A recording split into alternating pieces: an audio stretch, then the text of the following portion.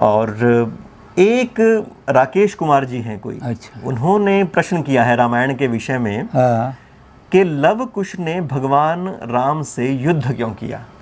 और एक अगला उनका प्रश्न है कि राम वाल्मीकि आश्रम में सीता जी से मिलने क्यों नहीं गए, और तुलसी जी ने इस लव कुश पर का जो ये पूरा का पूरा जो प्रकरण है इस संदर्भ में, उसके विषय में तुलसी जी का अपना मत क्या था, उन्होंने क्यों मुख्य रामायण के साथ उस हिस्से को नहीं रखा।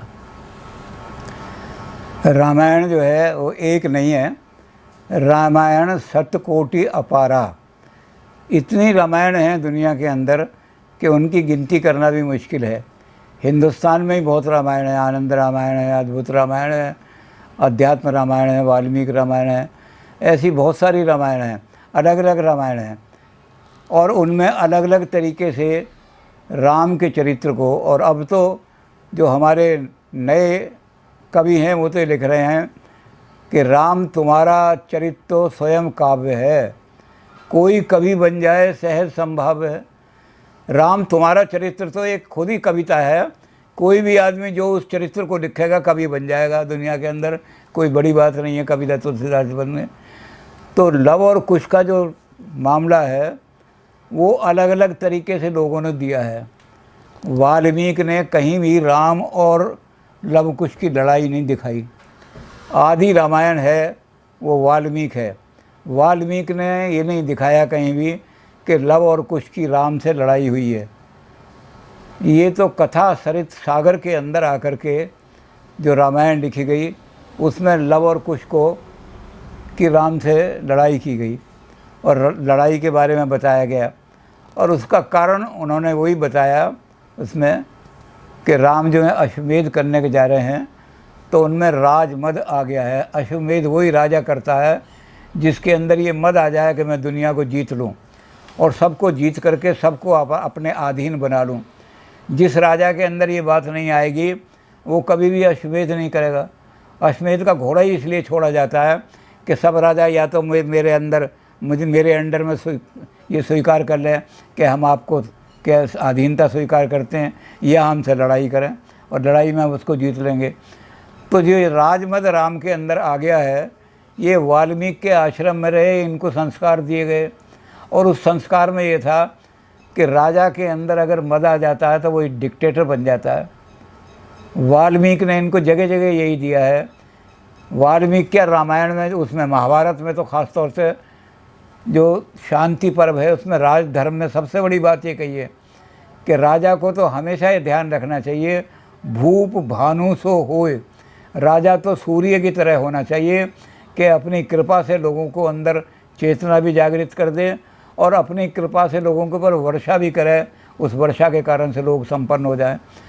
तो उस संस्कार को लेकर के जो सरित सागर वाले हैं, वाल्मीकि ने नहीं लिखा, सरित सागर वालों ने लड़ाई लिखी है, वो इस संस्कार को लेकर लिखी है कि अश्वमेध करने वाला जो है उसमें राजमद आ गया है कि मैं सारे संसार को अपने अधीन बना लूँ।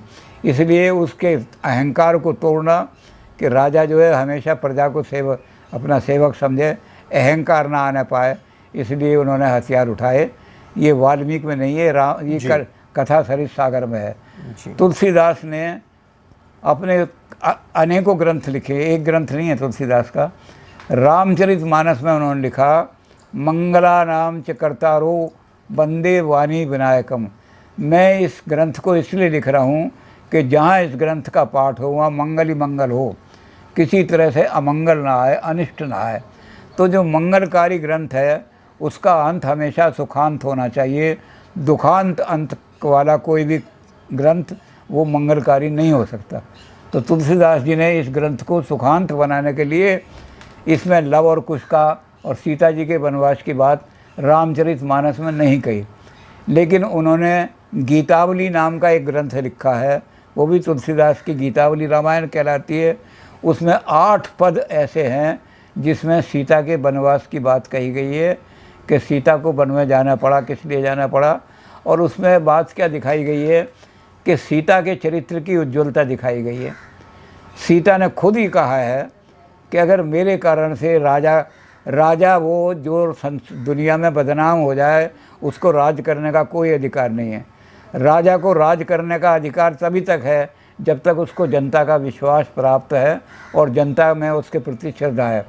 अगर मेरे कारण से कहीं अश्रद्धा उत्पन्न हो रही है तो राम को कहो कि इस स्टिग्मा को, इस कालिमा को अपने राज के शासन से हटा दें और दुनिया में आदर्श राजा बन करके दिखाएं कि दुनिया की कोई उंगली उन पर ना उठ सके। इसलिए मैं वन में रहना चाहती हूँ और मुझे वन में जा कर के पहुँचा दो। तो तुलसीदास जी ने इस तरह इसको लिया है कि सीता जी खुद ही, ये सीता जी का बहुत बड़ा त्याग है, ये दिखाया उन्होंने कि सीता ने इतना बड़ा त्याग किया है कि राम एक आदर्श राजा दुनिया के बन जाएं।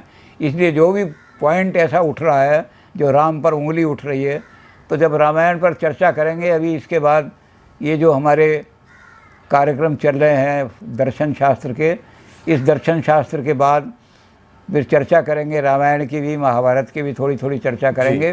तो उस समय हम लव कुश के चरित्र का, राम के चरित्र का, वाल्मीकि रामायण का और दूसरी रामायण का, उनकी भी चर्चा करेंगे जी। और विस्तार से चर्चा होगी तो उसमें भी ये हो जाएगा कि सबका चरित्र पता लग जाएगा।